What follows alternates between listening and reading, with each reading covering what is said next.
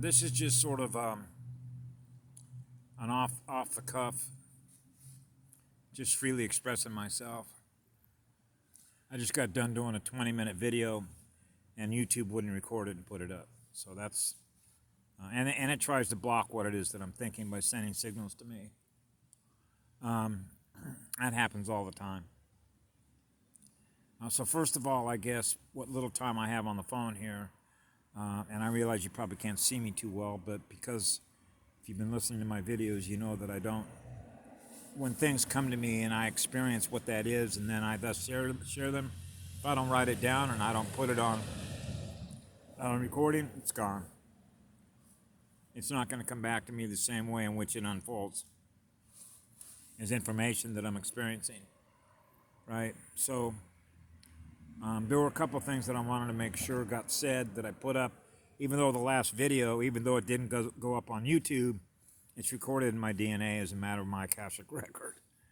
Okay, so even though the system itself doesn't want to put it up so that others can experience what it is I experience, it's already in the record. Okay. But one of the things that I thought about, and let me just say this at first, thank you very much, Patty Broussard. I love you with all my heart and soul. I had an opportunity to listen to the full update or briefing, if you will, on Project Ascension YouTube channel, where the other day, Patty Broussard, the Commander-in-Chief of the Earth Defense Forces, Gaia Shaman, Micmac Tribe, Twin Spirit, right? She's on the Trump Advisory Board.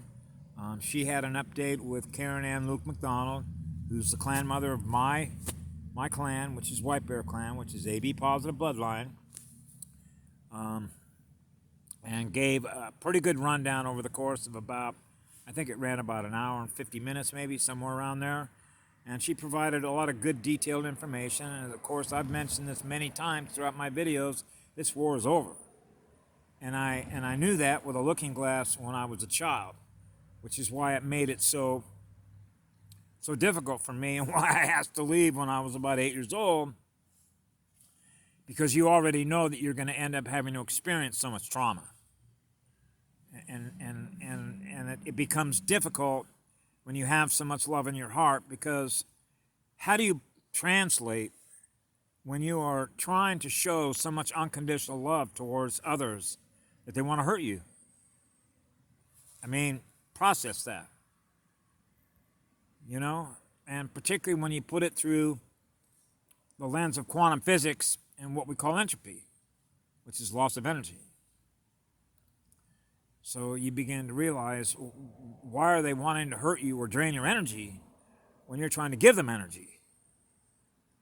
When the universe is nothing but energy, right? So throughout my childhood and, of course, throughout my life, we put puzzles together at a pretty high rate of speed, because when you're running a pineal gland that's decalcified and you have an enormous amount of love in your heart, which I call infinite love, which is infinite unconditional light, that you're always wanting to give to others, because that's a projection and reflection of who we are in the mirror, right? So we're never losing any energy, even though we experience loss of energy, at least I have throughout my whole life. And as I may have mentioned before, and I had a beautiful meeting with 25 other members who live in the gospel mission that I'm in right now, and we had a 35-minute session in what we call positive affirmations, where we're giving thanks to those things that we have to give thanks to. So I'm always giving thanks first to the girl on the planet, the source from which all love and all light come, and those that are here on this planet that are helping to liberate the consciousness of humanity from the energy harvesting programs that were going on here, that were being used against us to experience entropy. So they were stealing energy, stealing electricity. And when you put that together through all the means in which they did that, it was through all of the institutional forms in which our consciousness was connected to it, giving it consent. So we were giving ourselves consent to drain our own energy. Why would we do that? That's not sane. Now you have to get into all the programming, right? So that's why it's easier to work with children at an early age, between the ages of 1 and 6, because I remember watching a video with Patty, how she showed how the magnetic shield, which is basically your warp bubble, breaks down particularly when a child has been sexually abused and traumatized at such an early age in puberty or pre-puberty, right? Which is one of the reasons why they do that. It's as she put it, was despicable. It's worse than that for me. It's the most evil thing there is, because why would they want to destroy that which is giving you love? Okay, I had the hardest time translating that down here. That how is it possible that when you are what love is in living spirit, that it's possible to ever experience anything like that anywhere in the cosmos? So you got to find some rationale for that, right? On a much larger quantum scale, why it's possible you end up experiencing something in lower creation using logic, right? Logic. So that becomes another puzzle to put together, right? So if you are what love is and what light is, and you're an engineer and you want to solve a problem, how would you solve that?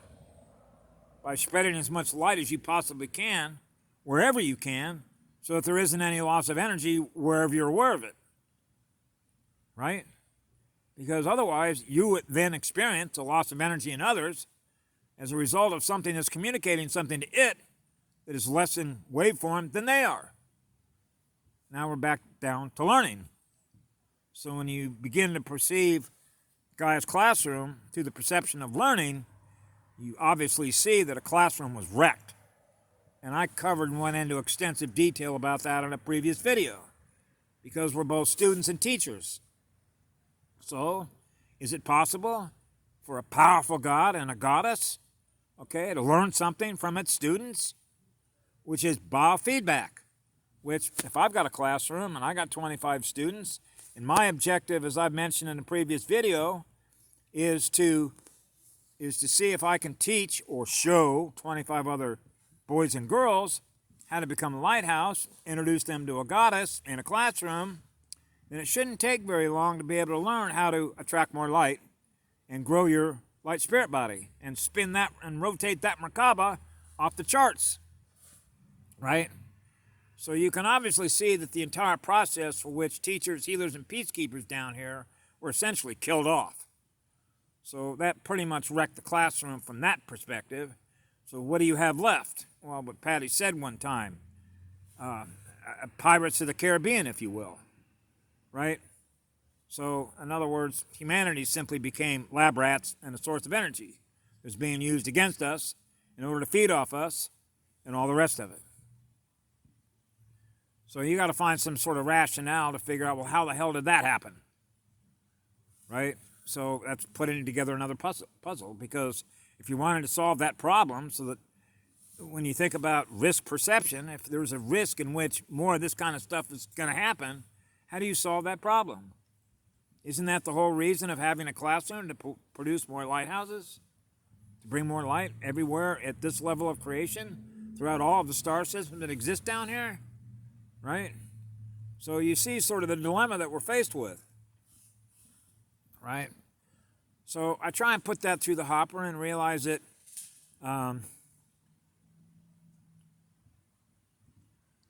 we represent the sum of our parts in what we all learn together,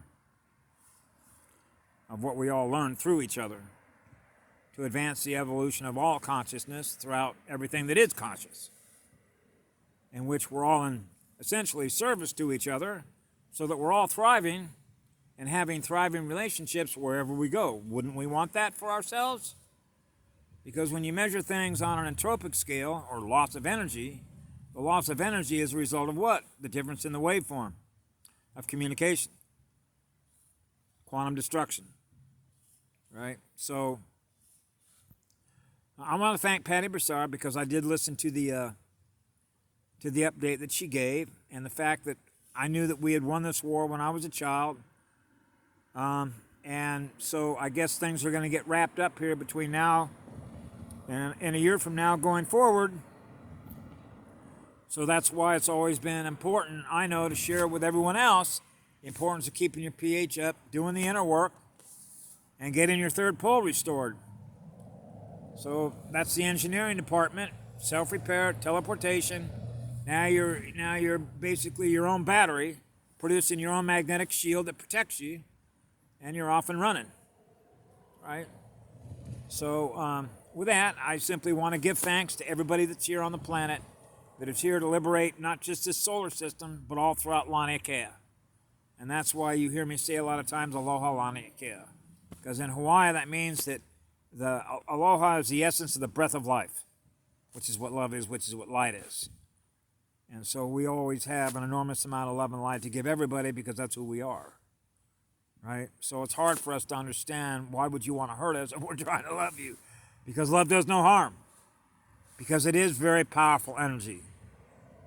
And there are beings that do not like to experience the powerful speed of those waveforms. So anyway, I hope you all had a happy Thanksgiving. I love you with all my heart. I'm glad this is finally over and that sanity is going to be restored so that we can go out with a bang, higher energy. So with that, I want to thank everybody that's here. I love you all. Be good to yourselves. Aloha Laniakea.